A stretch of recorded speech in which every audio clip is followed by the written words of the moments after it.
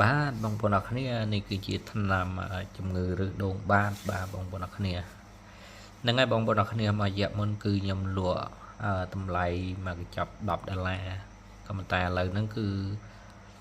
ខ្ញុំលក់ឲ្យតែមកកញ្ចប់$2ទេដោយសារតែឥឡូវហ្នឹងគឺរដូវប្រាំងគឺខ្ញុំអាចចូលទៅក្នុងព្រៃបានហ្នឹងហើយយកមកកាប់ជាថ្នាំណាបាទនឹងឥឡូវមកកញ្ចប់តែ$2ទេបងប្អូនអរគ្នាហើយអានេះគឺជាត្រាំស្រាបាទជាថ្នាំដែលត្រាំស្រាបាទអាមួយថ្នាំដែលដាំផឹកបាទអានេះត្រាំស្រាហ្នឹងគឺយើងផឹកពេលព្រឹកបាទហ្នឹងហើយខ្ញុំផឹកអាហ្នឹងផឹកពេលព្រឹកបាទខ្ញុំផឹកណាបាទហើយអានេះគឺជាមួយអានេះ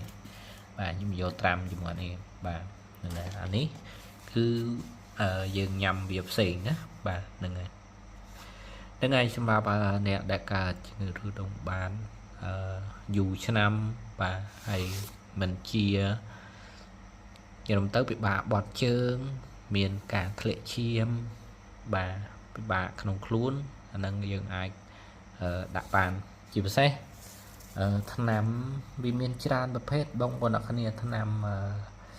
អានេះជាប្រទាលបាទគេហៅថាប្រទាលឬដូងណាបាទហ្នឹងហើយតើបានដាំវាទៀតផងបងប្អូនអ្នកគ្នាបាទហ្នឹងហើយសារវានៅតិចដល់ណាបាទហើយអានេះយើងត្រាំស្រាបាទប្រទាលនេះយើងត្រាំស្រាហើយអានេះគឺថ្នាំឬឈើដែលយើងដាំផឹកចឹងឥឡូវហ្នឹងគឺខ្ញុំបានជាឲ្យបងប្អូនគ្នាបាទព្រោះថាយើង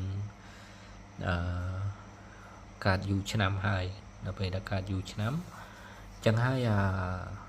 ជំងឺរបស់យើងវាទៅតាមនឹងណាបាទហើយខ្ញុំទៅឬដងបានខ្ញុំកើតរយៈពេល7-8ឆ្នាំ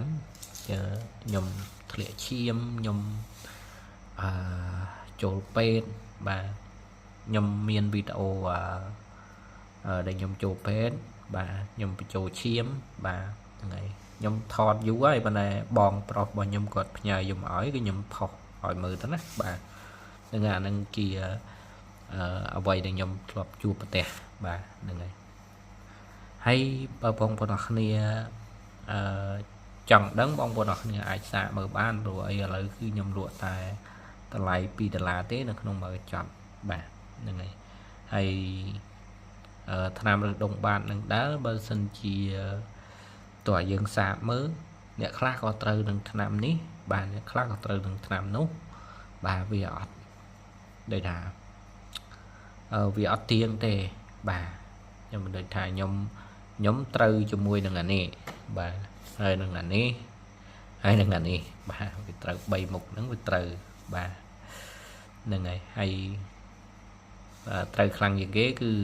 អានេះបាទហ្នឹងហើយអញ្ចឹងខ្ញុំផឹកទៅខ្ញុំជាហើយសុខភាពល្អបាទហើយឥឡូវហ្នឹងធ្វើការបានអង្គុយក៏បានឈរក៏បានយូរបាទញ៉ាំរបស់ហឹលក៏បានផឹកប៊ីយ៉ាក៏បានបាទអត់បញ្ហាទេបាទមានបងខ្លះគាត់លេងចង់ផឹកប៊ីយ៉ាហើយដោយសារថាឬដងបាតហ្នឹងផឹកស្រាសមិនថាស្រាសមិនថាស្រាកំប៉ុងគ្រឿងកំប៉ុងអីគាត់លេងចង់ផឹកអីដោយសារថាឬដងបាតហ្នឹងវាធ្វើទុកខ្លាំងពេកហ្នឹងហើយអ្នកខ្លះហូរឈាមជារៀងរាល់ថ្ងៃបាទអ្នកខ្លះឥឡូវនេះកំពុងតែជួបបញ្ហាធំអ្នកខ្លះសឹងតែងើបពីកន្ទេលអត់រួចទេអ្នកខ្លះណា